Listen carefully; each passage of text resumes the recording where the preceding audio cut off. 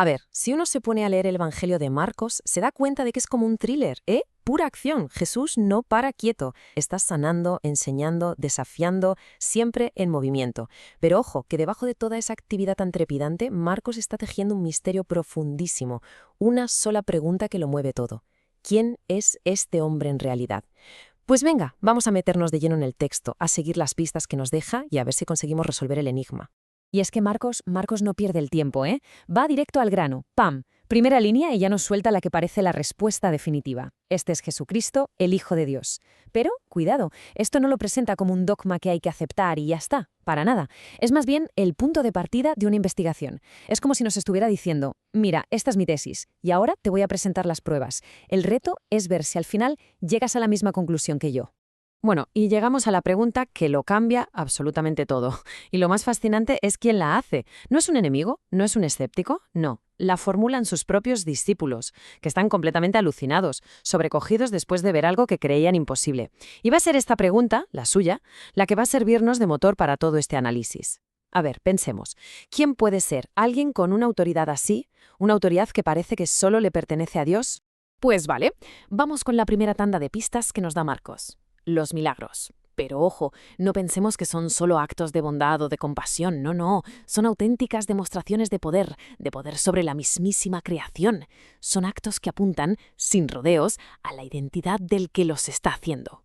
Venga, vamos a imaginarnos la escena. Están en el mar de Galilea y se desata una tormenta, pero una tormenta brutal. Hay que pensar que los discípulos son pescadores, gente experta, ¿eh? Y aún así están muertos de miedo. La barca se hunde. ¿Y Jesús? Pues Jesús, durmiendo. Su grito es pura desesperación. Es esa sensación de abandono total frente a una fuerza de la naturaleza que está a punto de acabar con ellos.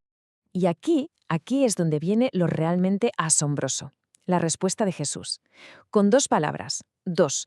No le pide a la tormenta que pare. No, se lo ordena. Calla, enmudece. A ver, para alguien que leyera esto en el siglo I, la señal era inequívoca. En el Antiguo Testamento, el único que tiene poder sobre el caos de las aguas es Dios. Lo vemos en el libro de Job, en los Salmos, así que el punto clave aquí es que este gesto de Jesús es una declaración de autoridad divina, pero en toda regla, vamos. Bien, vamos a otra pista que es fundamental, la multiplicación de los panes y los peces.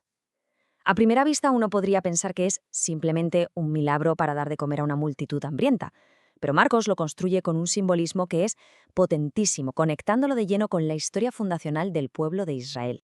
Y fijaos bien, porque lo interesante aquí es la comparación directa que podemos hacer. Los paralelismos son pero tan claros que es imposible que sea una casualidad.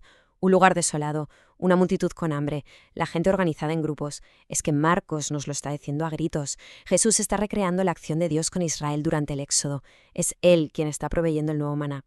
Pero es que hay más. Esto nos lleva a una capa de significado todavía más profunda. Fijaos bien en estos 4 verbos. Tomó los panes, pronunció la bendición, los partió y se los dio. No son acciones elegidas al azar, para nada. Son, palabra por palabra, las mismas que Marcos va a usar más adelante para describir la institución de la Eucaristía en la Última Cena. O sea, que el milagro va mucho, pero mucho más allá de dar pan. Es una pista clave que apunta a un misterio central de la fe. Vale, hasta ahora hemos visto pistas sobre lo que Jesús hace, pero ahora Marcos cambia el foco y nos muestra lo que Jesús pide. Y vaya si pide, la exigencia es radical, porque seguirle no es como apuntarse a un club de fans, ni mucho menos, es una reorientación completa de la vida. A ver, en el Evangelio de Marcos, la clave del discipulado es, en esencia, algo muy simple. Estar con Él, ir detrás de Él, no por delante intentando marcar el paso. Pero aquí es donde la trama del misterio se complica una barbaridad, porque resulta que son los más cercanos, sus propios discípulos, los que parecen no enterarse de nada. Es como dice el propio Jesús, tienen ojos, pero no ven. Y claro, esta incomprensión constante de los suyos hace que la pregunta sobre quién es Jesús de verdad sea aún más profunda, más urgente. Y esto nos lleva directamente a la primera orden que da Jesús en todo el Evangelio: convertíos y creed en la buena noticia. La palabra que se usa en griego es metanoia, y esto es importantísimo, porque metanoia no significa simplemente pórtate un poco mejor, no, significa un cambio de mentalidad, una transformación radical de la forma en que vemos el mundo, en que vemos a Dios y en que nos vemos a nosotros mismos. Y todo, absolutamente todo, gira en torno a la respuesta a esa gran pregunta: ¿quién es Jesús? Bueno, pues con esto llegamos al clímax, el punto culminante de toda esta investigación que nos propone Marcos. Porque, y aquí viene la gran paradoja de este evangelio, la respuesta definitiva al misterio no la vamos a encontrar en un momento de poder deslumbrante o de gloria. No, la vamos a encontrar en el momento de máxima debilidad, de fracaso aparente, la crucifixión. Para cualquiera que estuviera viendo eso en aquella época, lo que pasaba en la cruz era sencillamente el fracaso humillante de otro tipo que decía ser el Mesías. Otro más. Pero Marcos nos obliga a darle la vuelta a la tortilla, a cambiar por completo la perspectiva. En su evangelio, la pasión deja de ser una derrota y se convierte en la entronización del verdadero rey. Un rey, eso sí, coronado de espinas y cuyo trono es la cruz.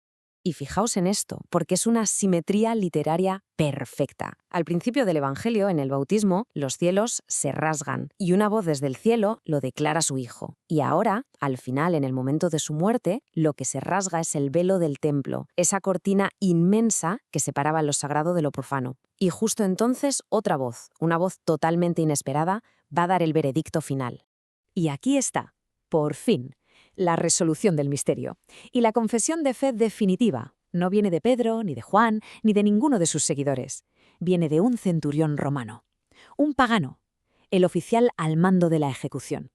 Es él, precisamente él, quien al ver la forma en que muere Jesús, da por fin la respuesta a aquella pregunta que se hacían los discípulos en la barca. Verdaderamente, este hombre era hijo de Dios. Así que si lo miramos con un poco de perspectiva, si damos un paso atrás, vemos que todo el Evangelio es un camino que está diseñado a la perfección. Es un viaje que nos ha llevado desde esa primera declaración del narrador hasta esta confesión realmente asombrosa al pie de la cruz. Este recorrido que vemos aquí, la verdad es que lo resume todo a la perfección. Empezamos con la proclamación del narrador, luego la pregunta surge de los de dentro, de los discípulos, que son incapaces de entender. Vemos incluso la frustración del propio Jesús ante esa ceguera. Y el círculo se cierra de la forma más increíble, con la confesión de alguien de fuera, un extraño, un gentil, que resulta ser el único que ve con claridad en el momento de mayor oscuridad. Y al final, Marcos nos devuelve la pelota, nos la pasa a nosotros. Porque la respuesta a ese gran misterio no es solo un dato para archivar y listo, es una invitación. Porque si la respuesta a la pregunta ¿quién es este? Es el Hijo de Dios, entonces, inevitablemente, surge una nueva pregunta. Una pregunta que ya es para cada persona que lee. ¿Cómo afecta esa respuesta a nuestra propia metanoia, a nuestro cambio de mentalidad? ¿Qué cambia nuestra forma de entender la vida, el poder, el sufrimiento? Esa es la pregunta que Marcos deja ahí, resonando, mucho después de haber leído la última palabra.